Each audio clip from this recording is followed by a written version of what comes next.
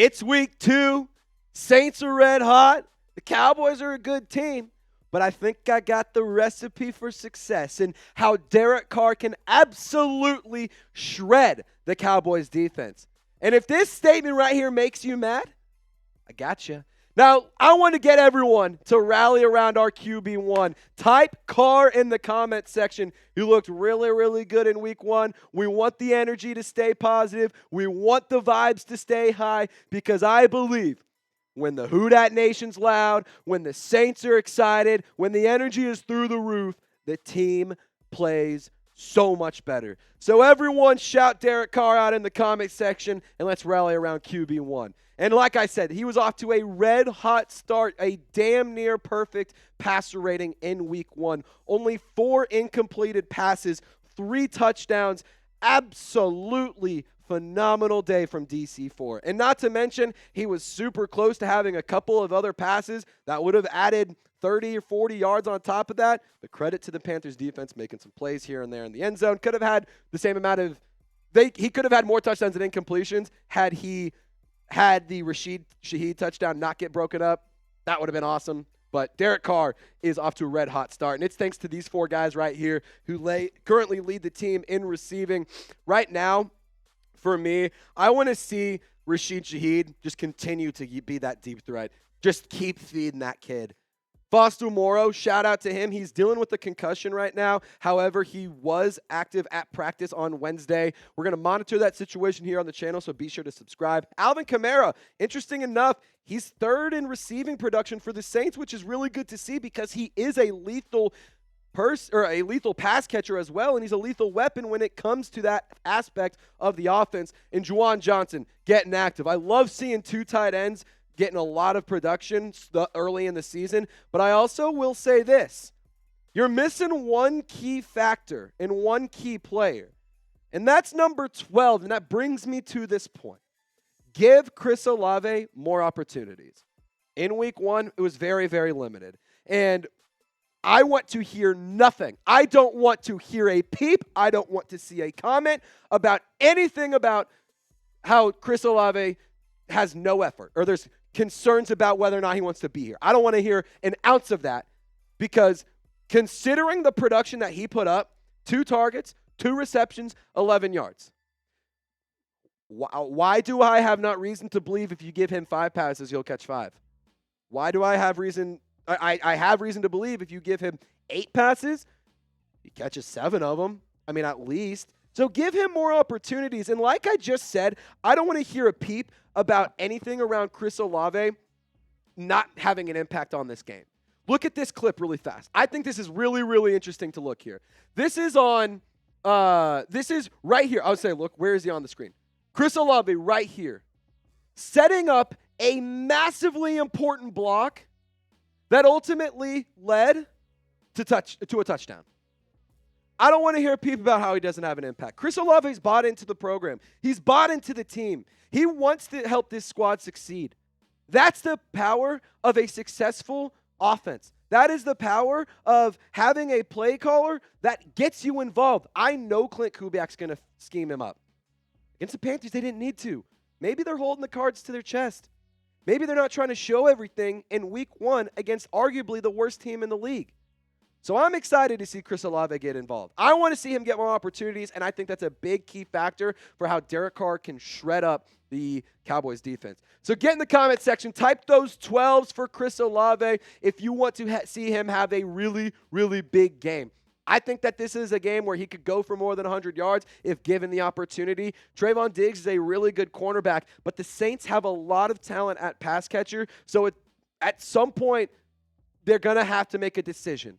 And I think Chris Olave could get the opportunity to make a lot of plays. So get in the comment section, show him some love, and type those 12s.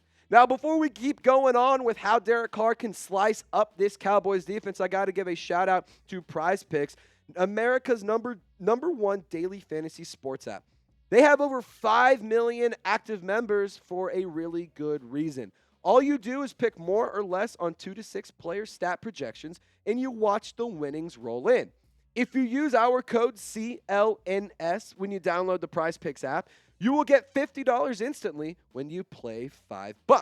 Now, here are the picks I'm rolling with this week. Caleb Williams, they have a promo going all month long where it's half a passing yard. You complete one pass and you hit the more. There you go.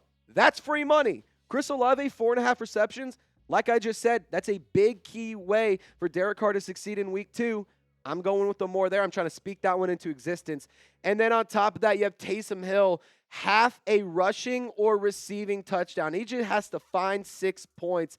And that right there is a special pick where it's going to have a much higher payout if it does hit. So I highly encourage you to go check out Prize Picks today.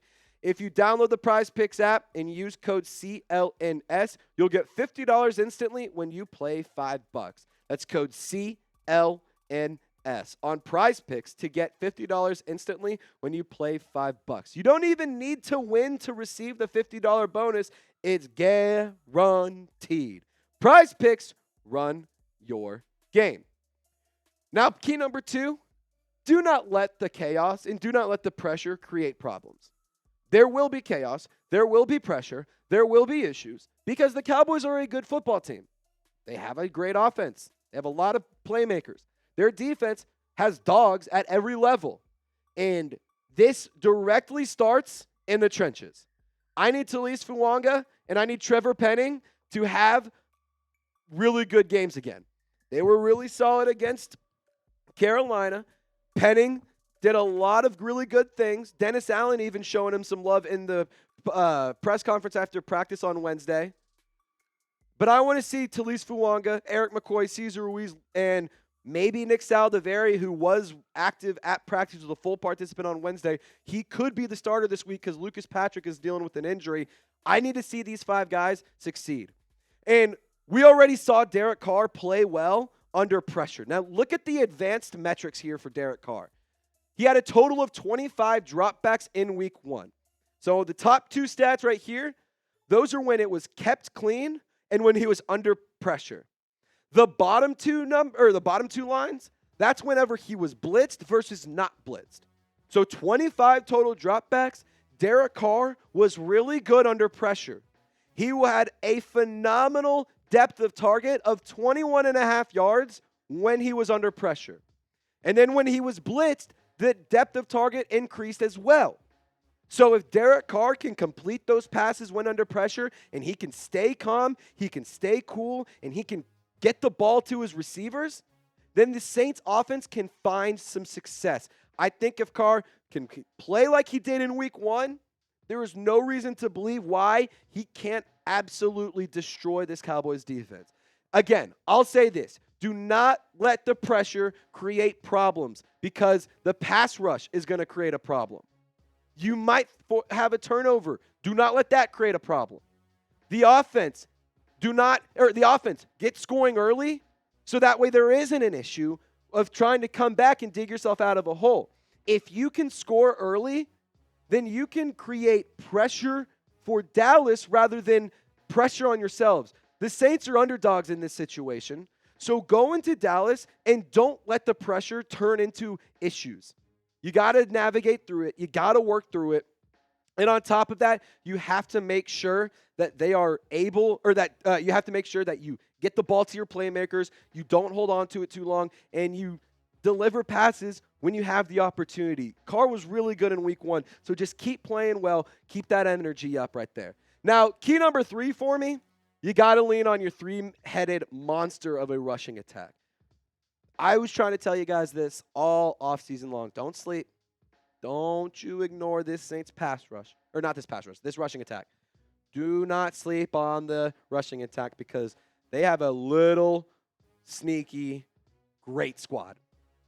Alvin Kamara, Jamal Williams, Taysom Hill. 2 of the 3 found the end zone in week 1. Taysom Hill, I have a hot take. I think he's going to be the first one to find the end zone in week 2. Get Taysom Hill involved. Let him rush the ball. Let him catch the ball. Jamal Williams, him scoring in week 1, I think was massive. I think it was so big for his confidence. Alvin Kamara, he's showing that he still has a lot of step. He's still got a lot of pop. He's still got a lot of burst. And I need to see him get involved in not just the rushing aspect, but the receiving aspect as well. Now, let's talk more about Taysom Hill because he needs to get more opportunities. He needs to get more work.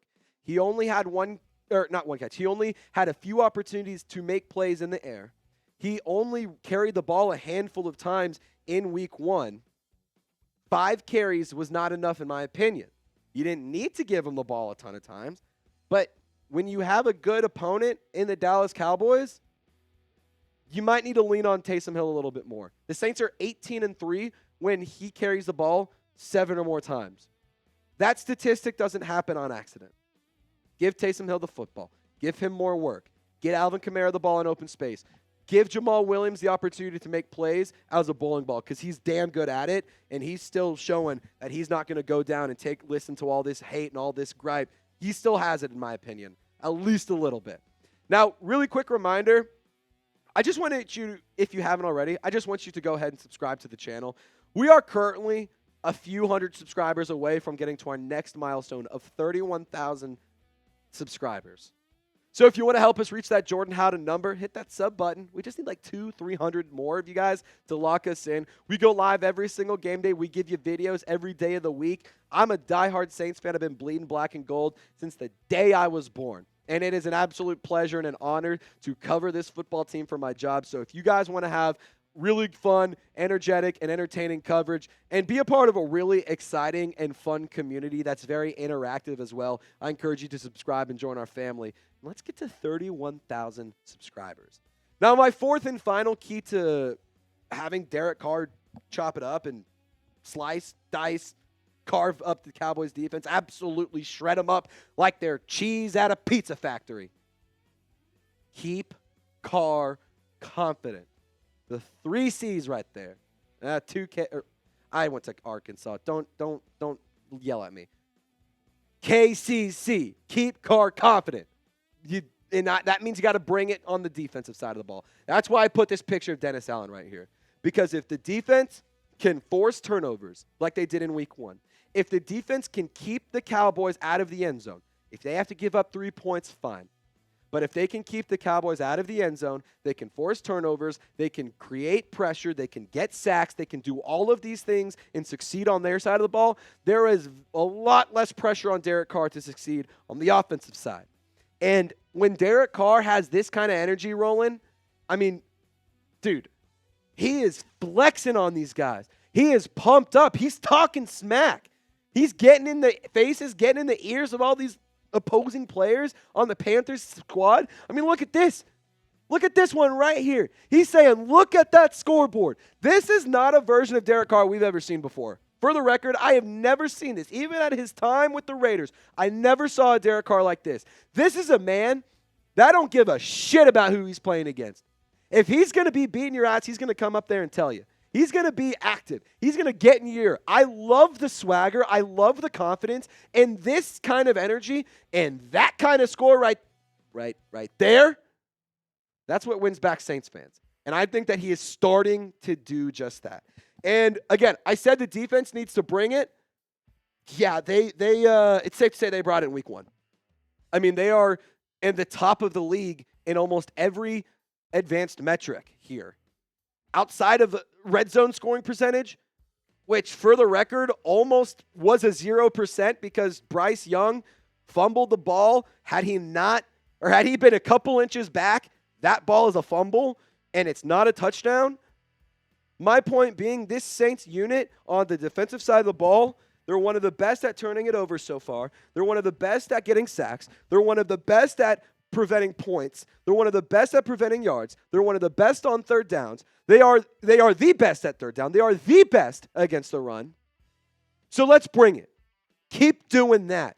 You built confidence, you built swagger, and you built mojo on the defensive side of the ball, and that's the energy I want to see. And if the defensive side of the ball is playing well, they start getting up. They're dancing around, having a good time on the sideline. They're up in the face of playmakers on the Cowboys talking that shit. The vibes are so high on one side of the ball, it's infectious.